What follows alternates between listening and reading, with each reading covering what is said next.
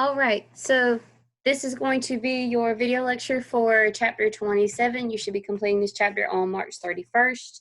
And this video is going to review the chapter. We're going to talk about the key terms, respond to the discussion questions a little bit, and just go over what you should have read in that chapter. So to start, let's talk about the key terms. Socialist, democracy, advertising. We've kind of talked about some of these ideas a little bit before. Socialist, I do mean the political definition. Democracy, we've done before. Advertising, we're talking about any form of advertisement as it occurs in the media. Now, when it comes to superstructure and base, you're going to have to refer to the chapter a little bit, but you may also Google these terms. Just make sure when you're Googling them, you make sure there's a distinction about media or media communication when you're talking about those two. And just as a point of clarification, superstructure and base is going to be discussed in paragraph 2 that begins with, in the UK, Raymond Williams was a key figure. And with those two terms, what we're talking about as far as superstructure and base is we're talking about different aspects of media text. So the superstructure of media text and then the base level of media text and how those two ideas are interconnected. So in your definitions, you may relate to the other term. Marxist, we've talked about. Economics, we've talked about. And then materialism and commodity are probably going to be a little bit new to you. But the idea is still the same. Materialism, material objects and items, things that we buy and possess. And then the commodities of our world, again, things that we buy and possess, and thinking about why we buy and possess those things. How does media influence materialism or commodities? After you've read the chapter, after you've listened to this particular lecture, you should be able to answer the discussion questions. How do informational commodities such as media differ from those such as cars and clothing? So we're definitely going to talk about the different types of commodities. And then question 2, why might this be particularly pertinent when we discuss digital media? Again, those questions should be answered by this video today. So let's go on into your notes. It starts here at the top. I know you can't see that very top little bit, but all it says is political economy has been applied to understanding and exploring media since the 1960s and 1970s. So just to give you an idea, it's been 60 years. Yeah, 60 years now since we started applying this idea of political economy, which we went over in our video from March 30th. And remember that political economy is an approach to studying media whose focus is attenuated towards the ways in which media is produced, distributed, and consumed. So basically, when we talk about media and we talk about media text, since the 1960s and 1970s, we've been looking at them in terms of production, consumption, and distribution. And this kind of started with Europe and the USA. And between Europe and the USA, there were two different ways that PE was being applied to the media. And here's why. In Europe, the application of PE allowed people to see the power of a socialist democracy. And what that basically meant is we had programs such as like the British Broadcasting Company. There were no commercial advertising taking place in European media text models. They were very free, very open, and not being dictated by other forces in society.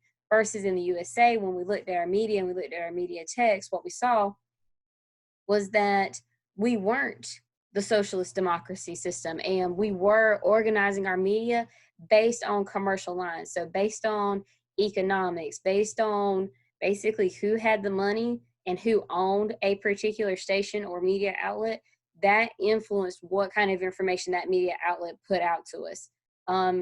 And it was a real big issue because you've seen a lot of bias coming out of this and things of that nature. So Raymond Williams was a key figure in media studies and culture studies because when he started looking into this, he began to challenge some of the Marxist theories and challenge our understanding of media text and political economies as far as consumption, production, and distribution was concerned. So Marxist theories, as you can see, socioeconomic reality and commodity production formed the base of society, and cultural content became the superstructure that grew from that base. So when you're looking at your definitions for these words, what you should see is that The base is what is the production of the commodity. That's your base level. So who and what puts out your commodity? Okay. Whether it be Apple puts out your iPad and your iPhones, whether it be Samsung puts out their different tablets and devices. That's your base group. Now, the cultural content that came from that base group and came from those commodities being put out became known as the superstructure to that base. So the connotations and the ideas that are associated with iPhones and how popular they are, that's the superstructure group that came out of Apple being the base and the production of the commodity iPhone. So in Marxist theory, what this meant was what counts as production is really, really wide in range. Basically, anybody who produces something was considered production, was considered a base. But you had to produce a thing, a item. The chapter talks about how it gives the example of involving a guitar.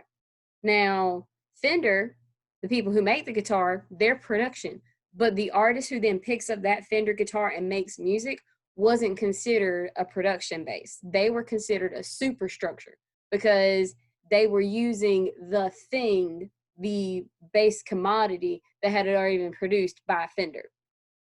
So when Williams took a stab at all of this, he began to challenge the idea. And he argued that if you look at it from this angle with the guitar example, the superstructure is a production force.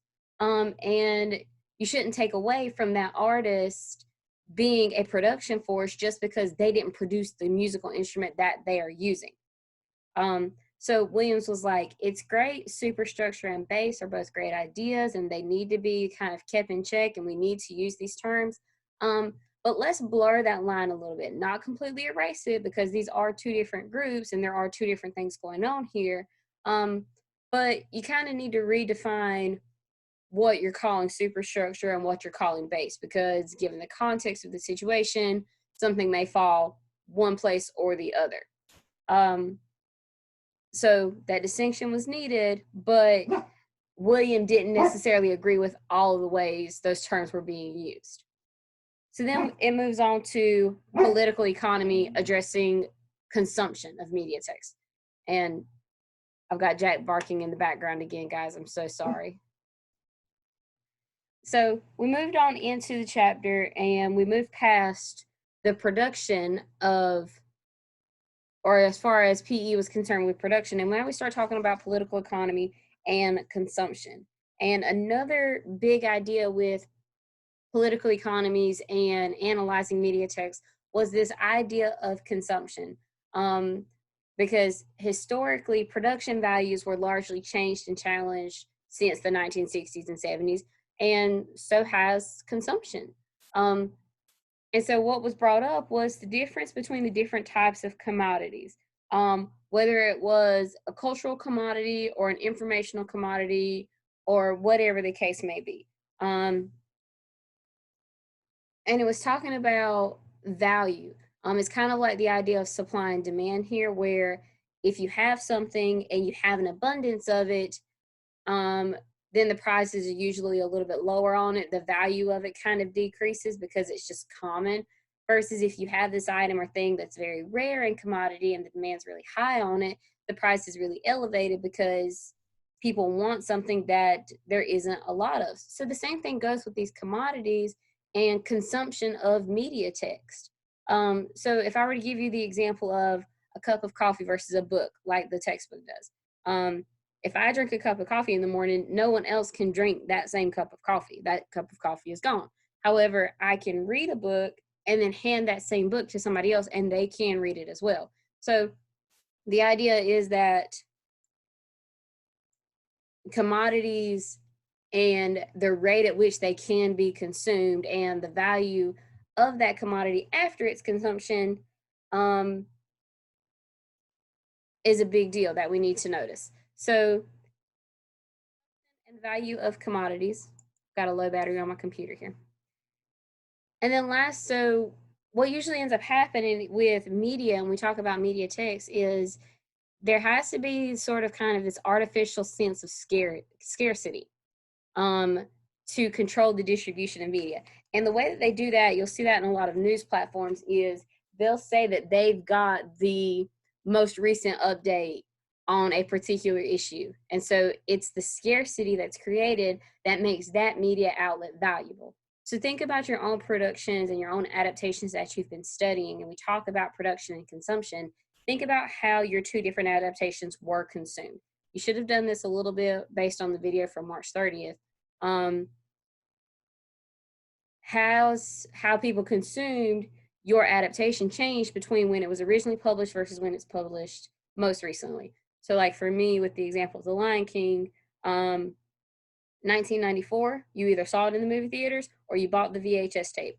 Now it's 2019. Yeah, you could have went and saw it in the movie theaters. Yeah, you could have bought the DVD copy. But now the big thing is digital media and streaming services have come out as a popular thing. And now I can just turn on my Disney Plus account and watch Lion King as many times as I want to, either adaptation. So huge deal as far as political economies are concerned. And we talk about production and consumption of media text and how that translates into the world that we live in today. So just a few more things for you to consider and keep an eye on. Make sure that you go back, you've got your key terms, get those answered, and answer these discussion questions. Again, how do informal commodities such as media differ from those such as cars and clothing? So how does information as a commodity differ from cars, clothing, cell phones as a commodity? What's the difference there? Think consumption, okay? And then the second one, why might this be particularly pertinent when we discuss digital media? So again, think about how 30, 40 years ago, if you wanted something, you had to wait for the 6 o'clock news to come on, versus now, how easily accessible is that informational commodity, thanks to technology and the digital world that we live in. So answer those questions for me. Make sure you review these notes. This will be a part of your quiz on April 3rd, and it'll be again on your test on April 10th. Make sure you are incorporating these ideas into your projects. And if you have any questions, please just let me know. Thanks.